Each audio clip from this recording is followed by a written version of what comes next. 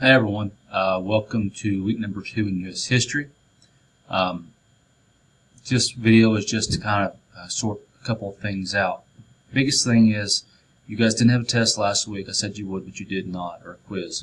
The reason being is because with all the snow, I know a lot of you were out for school, and so week 2's quiz will cover cover first week chapter and the second week chapter in your assigned ratings plus all the content that you've been looking at or watching. So as you're studying this week, and it will open up on Thursday, you can have Thursday and Friday to take it, make sure that you're studying both weeks. I apologize for the notice in this. I meant to post this last week, but I did not. So again, you didn't have a quiz the first week, but your second week quiz will be over over weeks 1 and 2.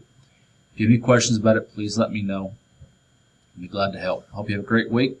Enjoy the weather, and best of luck.